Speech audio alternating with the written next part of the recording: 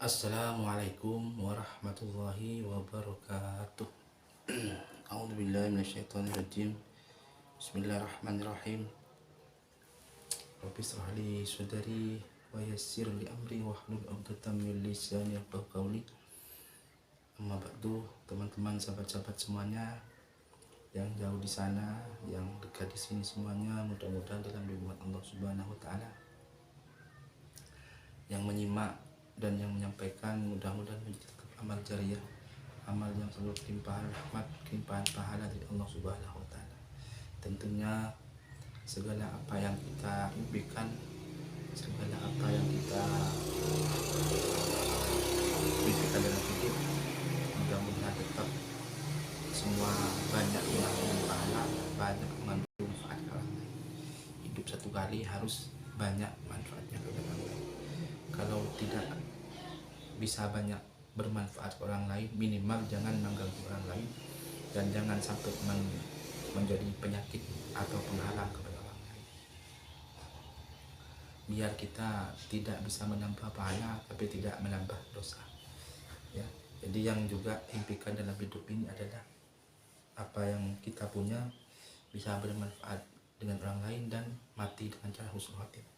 Itu yang paling kita dambakan.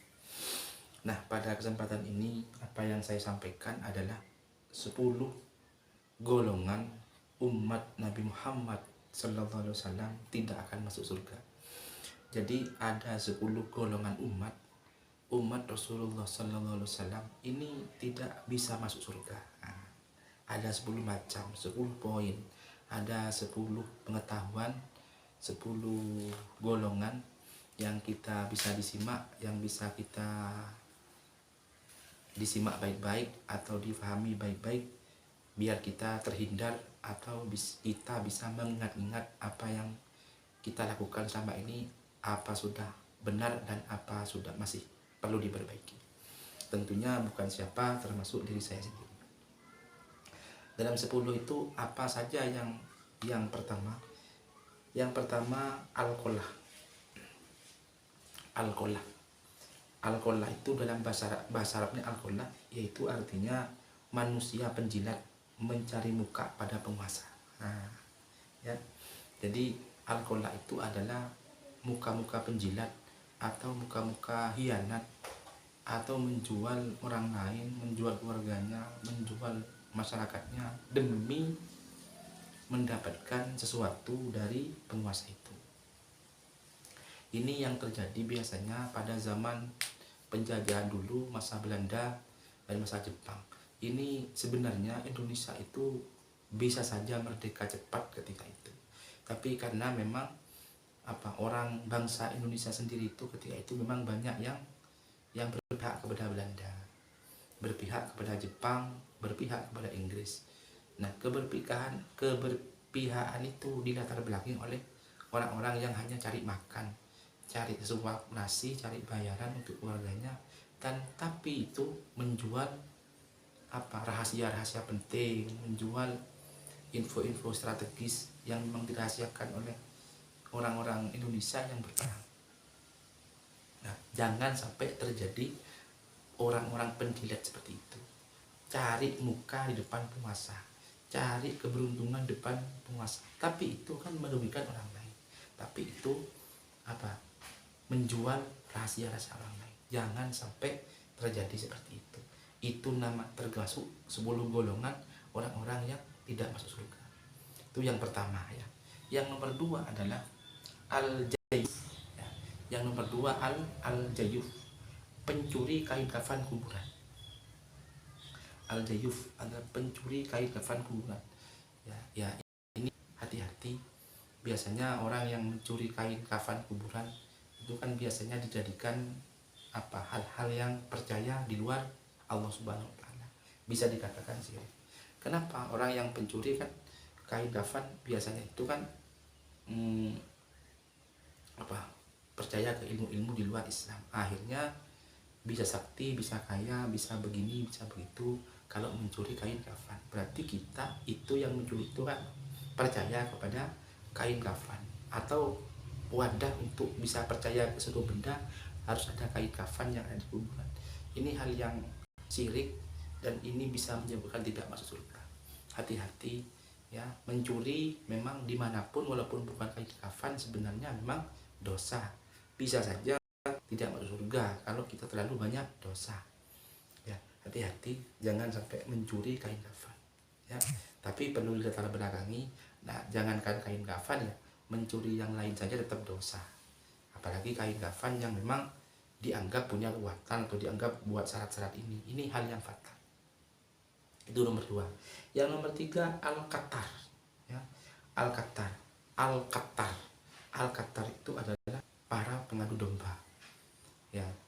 Kalau dalam bahasa Belandanya itu jus in ampra ya. Jus in ampra apa bahasanya, taktik mengadu domba.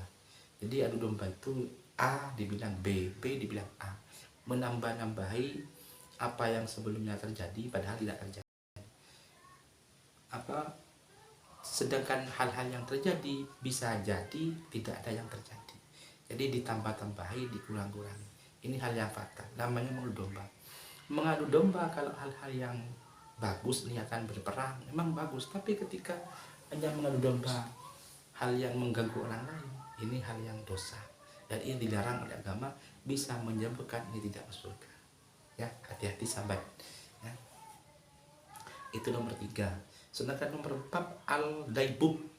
Al-daibub adalah mucikari, penjual perempuan sebagai pelacur. Ya, ini hati-hati, kita harus ingat-ingat yang jadi mucikari, menjual pelacur atau menjual gadis-gadis desa yang muda itu dijual. Hati-hati ya. Mucikari itu biasanya tukang cari perempuan, tukang cari gadis-gadis desa, diiming-imingi kerja di Jakarta dengan gaji yang sekian. Ternyata nyampe sana dijadikan pelacur, dijadikan budak seks. Akhirnya banyak orang ketika sudah terasa ketergantungan dengan uang itu, banyak yang tidak kembali ke jalan yang benar. Nah, ini mucikari. Termasuk mucikari ini 10 golongan umat Nabi Muhammad SAW yang tidak masuk surga. Mucikari. Ingat sahabatnya, satu kali zina itu 40 tahun tidak diterima surganya. Kalau pelacur itu zinanya berapa kali kan begitu.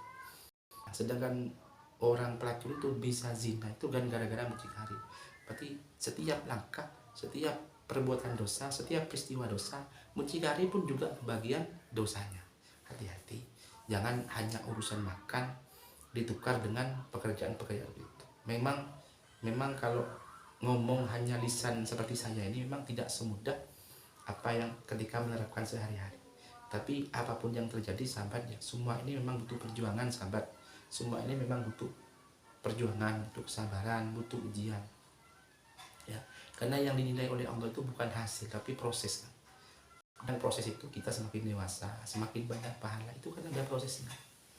Ya, akan hati-hati jangan sampai terjadi mucikari. Memang ngomong seperti ini saya memang tidak mudah ketika ada orang yang tertimpa banyak musibah dan banyak ujian, tidak mudah. Tapi kalau kita niat baik, istiqomah, terus berpegang teguh kepada syariat yang ada, tidak ada ceritanya orang tidak makan, dan tidak ada setiap masalah itu setiap masalah itu pasti menemui jalan keluarnya. Setiap masalah ada solusi. Setiap penyakit pasti ada obatnya. Ada siang, ada malam. Ada malam, ada siang. Ada merah, ada biru. Ada laki-laki, ada perempuan. Itu sudah pasti. Ya. Sebenarnya kita ini kan satu, sahabat. Kita satu. Dan Allah sudah yang kuasa kepada kita itu Allah. Kita hanya tinggal menjalankan. Ya, waktunya tidur, waktunya sholat, waktunya makan. Itu saja. Sebenarnya kita tidak punya kuasa apa-apa. Kita ini lemah. Kita ini lemah dan kita seperti tanah itu. Tidak ada apa-apa. Makanya setiap apa yang kita sulitkan, setiap apa yang kita butuhkan, serahkan sudah pada Allah.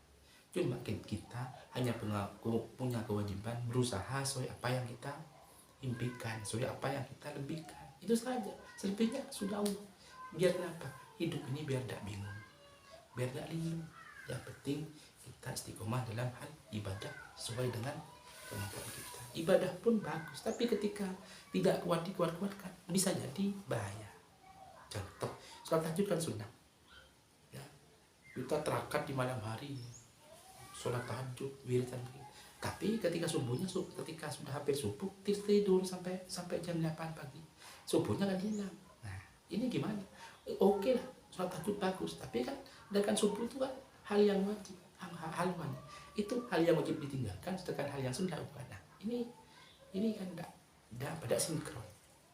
Ya, memang tidak mudah apa yang saya sampaikan, tidak mudah apa ketika dilakukan. Tapi semua kan butuh perjuangan, berjuang tanpa batas. Begitu sahabat. Itu adalah nomor 4. Nomor 5 ad-dayyut. Nomor 5 itu ad-dayyut adalah mutika orang yang tidak cemburu melihat istri dan anaknya, anak dan gadisnya bergaul dengan laki-laki. Seorang suami kalau tidak cemburu terhadap istrinya itu bergaul dengan laki-laki, itu termasuk masuk 10 golongan. Hati-hati ya, jangan sampai, artinya kalau tidak, orang laki-laki tidak cemburu perempuan itu kan sama dengan perempuan itu membiarkan atau mengikhlaskan perempuan itu komunikasi dengan orang lain. Itu hal yang fatal, nggak boleh ya. Terus nomor 6 sohibut at-tabah, sohibut tahabah. Nomor 7 sohibul kubah. Nomor 8 al-utul, orang yang sombong, yang tidak mau beri maaf kepada saudaranya. Sombong ya dimanapun, kalau sombong jangan ya.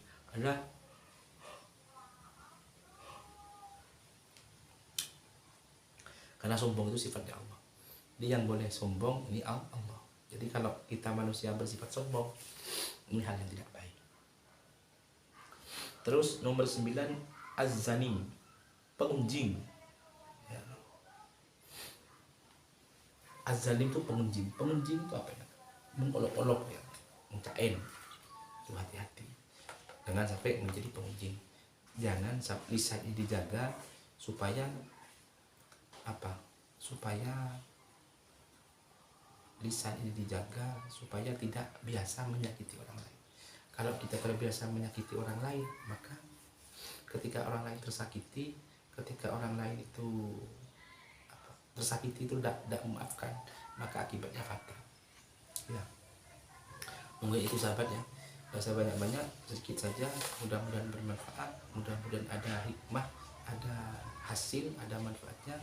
Kurang dan lebihnya kami mohon maaf yang tidak terkira. Kami akhiri, wallahul muwaffiq ila aqwamit thoriq. Assalamualaikum warahmatullahi wabarakatuh.